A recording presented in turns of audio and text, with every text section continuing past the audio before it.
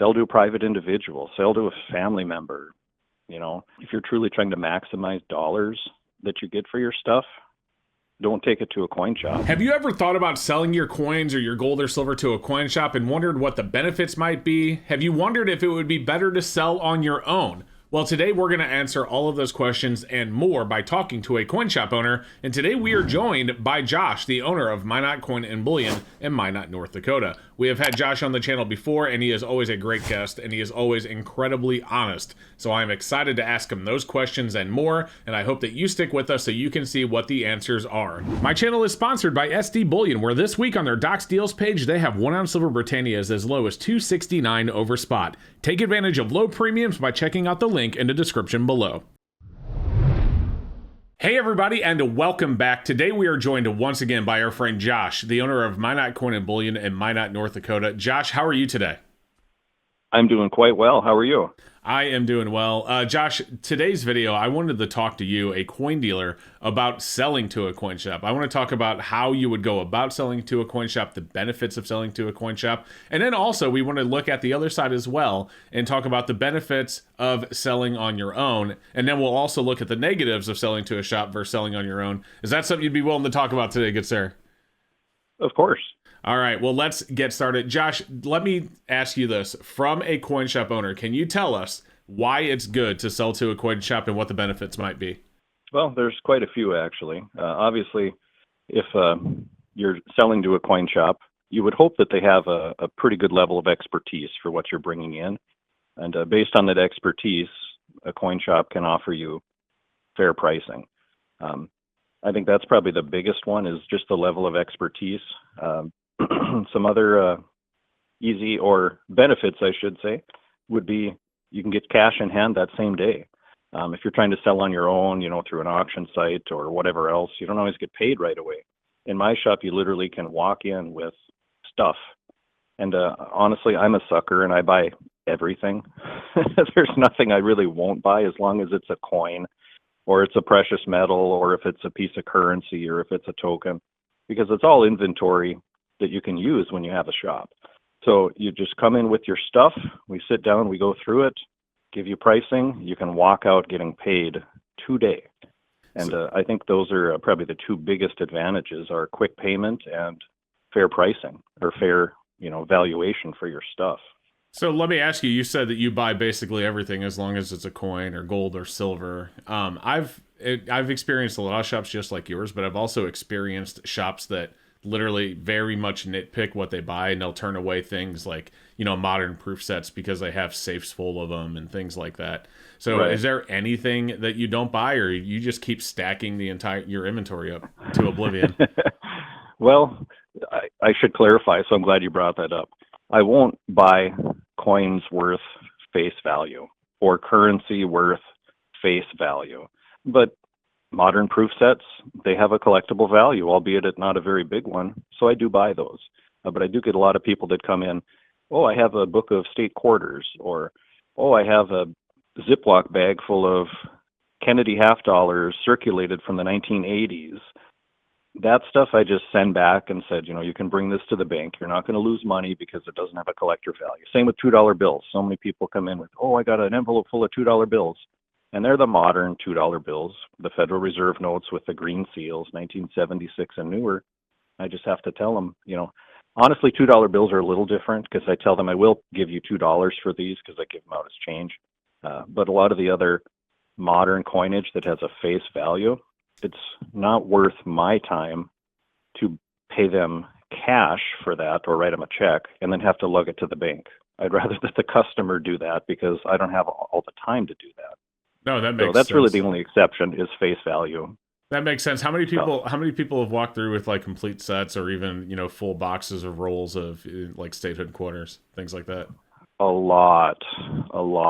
And throw in that presidential dollars too, the Kakawea dollars, Susan B. Anthony's.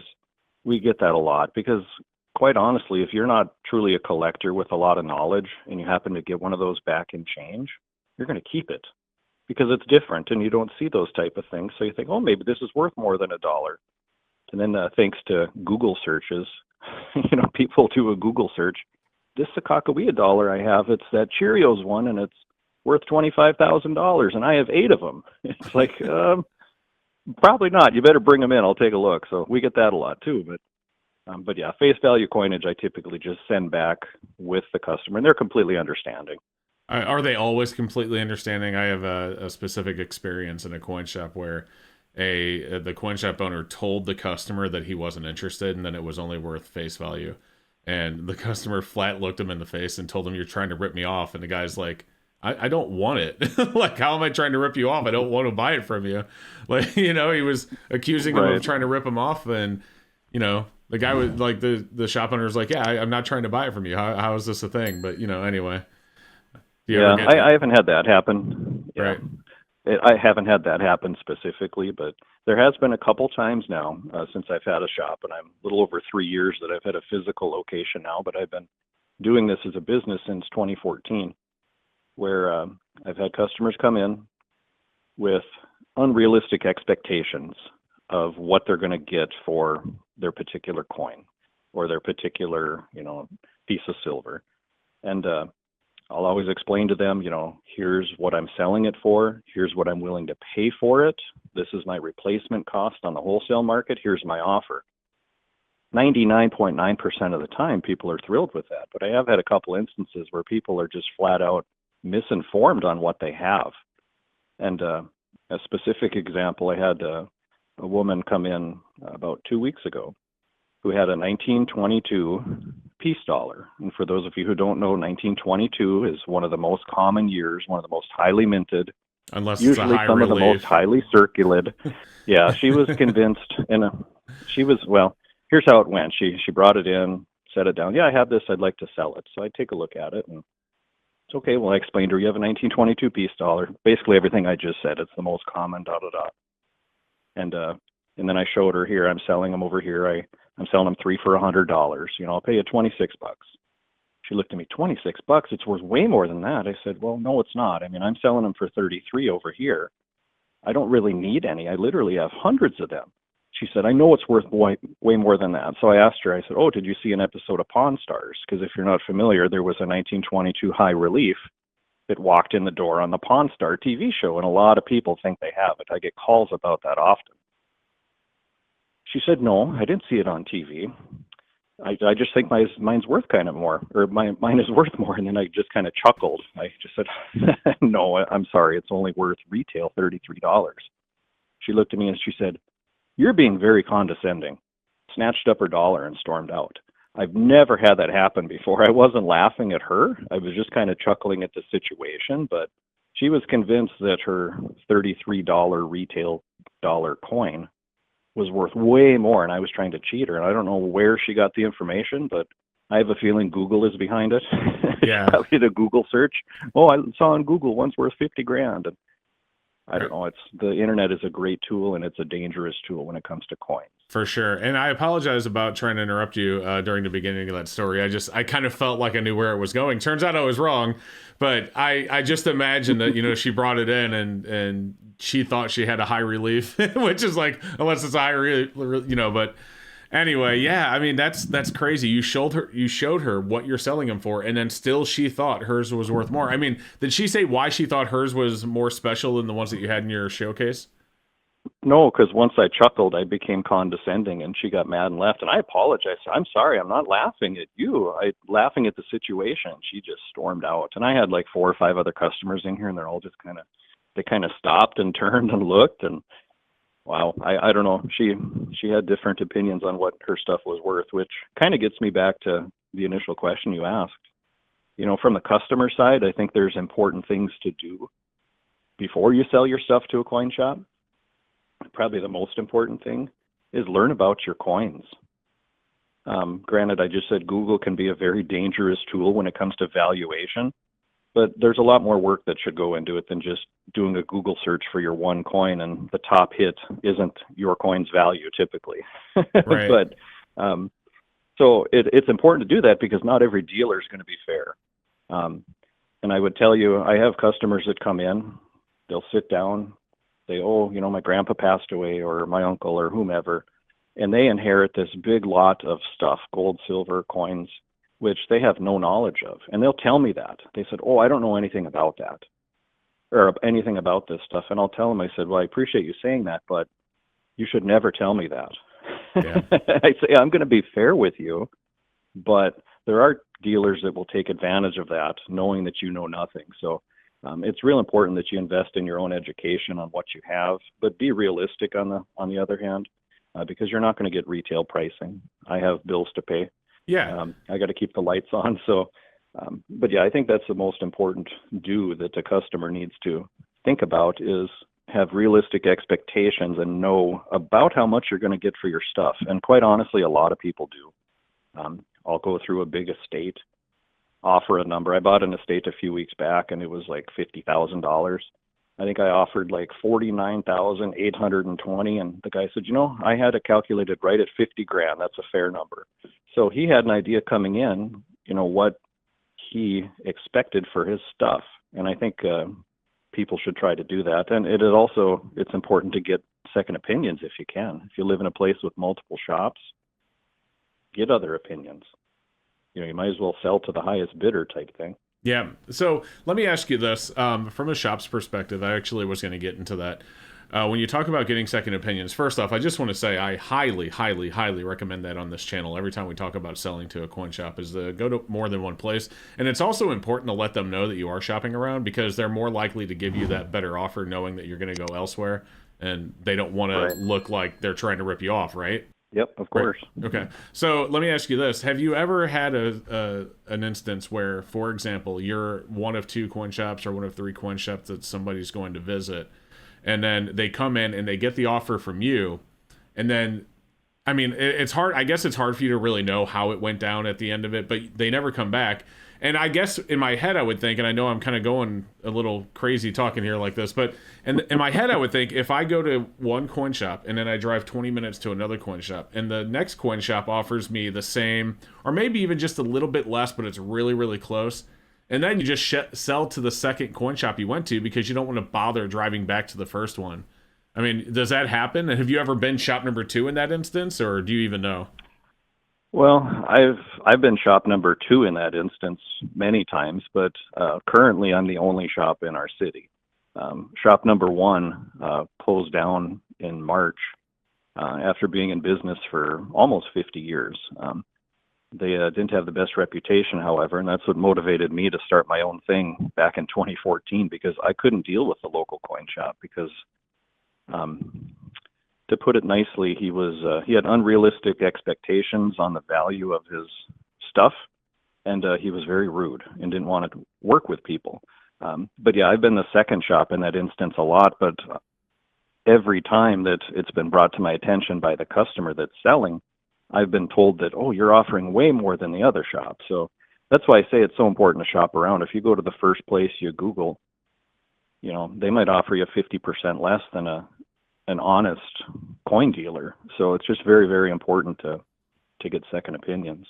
Fair enough. Now, I promised at the end of the video to the viewers that we would talk about the negatives of selling to a coin shop versus maybe selling on your own. Is that something you'd be willing to touch on? Sure. Yeah, obviously the downside is you're not going to get retail pricing. That's probably the biggest one. Because as I touched on before, obviously owning a shop, I have expenses. I can't buy your coin for the same price I'm going to try to sell it for. So, if you're really truly looking to maximize what you're selling, sell to a private individual, sell to a family member, maybe even sell on eBay or through an auction company. But with those two vehicles, you're going to pay fees. And especially if you have to ship it out, and now you got to insure it, and now you got to worry about how you take payment. And with eBay, you got to worry about a tax form if you sell over $600 in a year. So there's a lot of things to consider there, but if you're truly trying to maximize dollars that you get for your stuff, don't take it to a coin shop because you're not going to get retail. But you also might have a very, very difficult time selling it on your own. It's really no different than you're trying to sell your house. Of course, you're going to get the most money trying to sell it by yourself, but having the expertise of a realtor involved, it's probably going to sell much, much quicker. So it's just something to think about. Obviously, the biggest downside is, the money you take home, because it won't be retail. Right. Now, what about safety selling in person? Like if you meet somebody that you on Craigslist or something, that's something else to consider. Is there any tips you would give somebody, like, meet in a public place, maybe at a police station or something like that? Oh, absolutely. I know there's some cities, now Minot's not one of them, but some cities actually have a designated online selling meetup place in a city that's usually near the police station, that's under surveillance, that's highly visible. If your city doesn't have one of those, yeah, definitely meet in a public place where there's other people around. Don't meet in a back alley, Yeah. dark alley or something. I think that goes without saying. But No. prior to me opening a shop in 2014, or I'm sorry, once I opened my business in 2014, like I said, I didn't have a shop till 2020. Um, I met people all over the city because I was running my restaurants full time then. A lot of times they would come to my restaurant, which is a public place, but I've met at the bank. I've met at a truck stop. I've met at Starbucks. I've met in Menards, which is like a home improvement store, like Home Depot. I don't know if you have Menards in your area of the Yeah, you country, can. but I hear you can um, save big money there. you can. So, but yeah, that's a great point you bring up. Safety is paramount, and obviously, safety is something to think about too if you're bringing your stuff to sell to a coin shop, because obviously the area of town that you're in, the visibility of the shop, because there's things to think about too. Maybe you were followed, and a lot of times people walk out of here with envelopes full of cash or a big check. That's a consideration to make too. For safety. A lot of times I'll ask people, well, do you want cash or a check or do you want a split? And they'll think about it for a minute. Usually the knee-jerk reaction, I want cash, because I know it's real then. I know the check won't bounce, kind of. I think that's the thought. But I remind people, I said, just for safety, you might not want to walk out of here with $9,000. I mean, I'll write you a check and you can mobile deposit it right here. So a lot of times people take checks nowadays because of that convenience. But yeah, it's just really something to consider, the safety. Be aware of your surroundings, and if you see something suspicious, get out of the way of it and Yeah. move the other direction, I guess. It makes complete sense. Since we talk about, the benefits of selling to a coin shop versus selling yourself and how you can get more money selling yourself, let me ask you this. Let's go to silver and gold, for example. 1 ounce silver rounds. Today, could you tell us the prices, what you pay to a wholesaler, what you pay across the counter, and what you sell them for? Yes. No, I haven't looked at wholesale sheets because it's pretty early in the morning, so I'm going to base everything on yesterday, and I assume nothing's really changed, and it probably hasn't. But my wholesale cost for a 1 ounce silver round yesterday was $1.25 over spot. Those are for fresh, retail-friendly rounds. I do have a wholesaler who occasionally gets, I would call them impaired silver rounds that come into him. They might be scruffy or scratched or milk spotted or fingerprinted or dinged up. I've been able to buy those anywhere from 90 cents to $1.10 from him lately. So there are other options, but fresh retail-friendly ones are $1.25 wholesale. I'm selling them in my shop today for spot plus $2.50. So my spread's $1.25 right now. And as I said in some information I put out in a video yesterday, everything I'm selling right now, these last couple of days, I'm selling for less than I paid for because of this $2 drop we've had in silver. Yeah. So, but I don't get upset about that because it's all about the replacement cost. So, and then if you're a customer bringing silver rounds into my shop, and I bought 420 ounces across the counter yesterday. And frankly, I don't need silver rounds right now, but like I said, I'm a sucker. I buy everything. So, but I paid $1 over spot. Okay. So it's a little less than the wholesaler's pricing of $1.25. But not all of these were fresh, uncirculated in tubes either. They had been, some of them had been through the ringer. So just for the sake of time, there was 420 of them. I just did $1 across the board. I wasn't going to nitpick and say, I'll pay you 75 cents for these. These I'll pay $1. These I'll pay $1.25. We just did, it'll be $1 over spot. And they were thrilled, to get $1 over spot. But that is a little bit under wholesale. And I'm guessing most coin shops would do that as well, but I can't speak for other people. But you've brought up with me before, it's really based on need. Had I needed silver rounds and, I was waiting to fill a big order and that happened to walk in the door, I'd be licking my chops. I'd be more apt to pay more because I know I could flip them right away.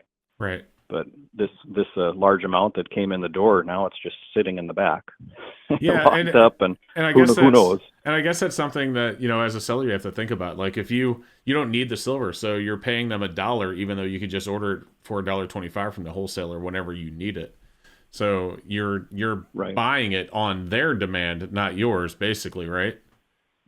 Exactly. Yeah, and that's something to think about too, because I mean, people will ask me, and I'll, just like you did today, and I'm upfront. I mean, I'm fully transparent on what I pay, what I have to pay to get stuff, and they'll say, well, what do you have to buy it for? Because a lot of times, this is usually when they ask, oh, what are you selling X for? I'll tell them, and they'll kind of scoff at it. Oh, well, but silver's only $23 an ounce. I'm like, well, yeah, but I can't buy it at $23 an ounce. I have to pay a premium too, and a lot of newbies don't understand that. It works the same way with selling, where a lot of times if you offer them over spot, people are in their mind probably expecting spot or less. So it's even though price is down, it's still kind of a seller's market nowadays versus where it was several years ago, because I bought stuff back of spot silver rounds back then all the time. Same with 10-ounce bars, 100-ounce bars, because the retail premiums were so low on them. You had to make up the spread somehow. But now that premiums, although they're low in the short term, they're not as low as they used to be. So I'm still paying over spot for almost everything. There's a few exceptions, like 40% silver halves I pay back of spot. War nickels I pay back of spot. But pretty much everything else you're going to get more than spots if you bring it to me. Makes sense. Well, Josh, I think that's about all I had. I think we covered everything that I said I would in this video. I hope the viewers enjoyed it. I do want to just let you guys know that Josh has a coin shop, obviously, in Minot, North Dakota. I'm going to put a link for his YouTube channel down below and information to contact Josh if you guys are interested in visiting his shop or visiting his awesome YouTube channel where you can learn a little bit more about what he does and even do tours of his coin shop. That information will be down below. Josh, thank you for joining me. I appreciate it. Look forward to having you on again. Thank you so much. I appreciate it. Take care. And once again, we see Josh giving us the 100% honest answers, even if it doesn't always necessarily benefit him or his coin shop. So it's always a pleasure to have him on, and I hope that you learned a little bit by watching today's video. If you did, don't forget to like and subscribe. I definitely appreciate you being here. Check out this video above if you haven't seen it yet, and otherwise, you guys have a fantastic rest of your day.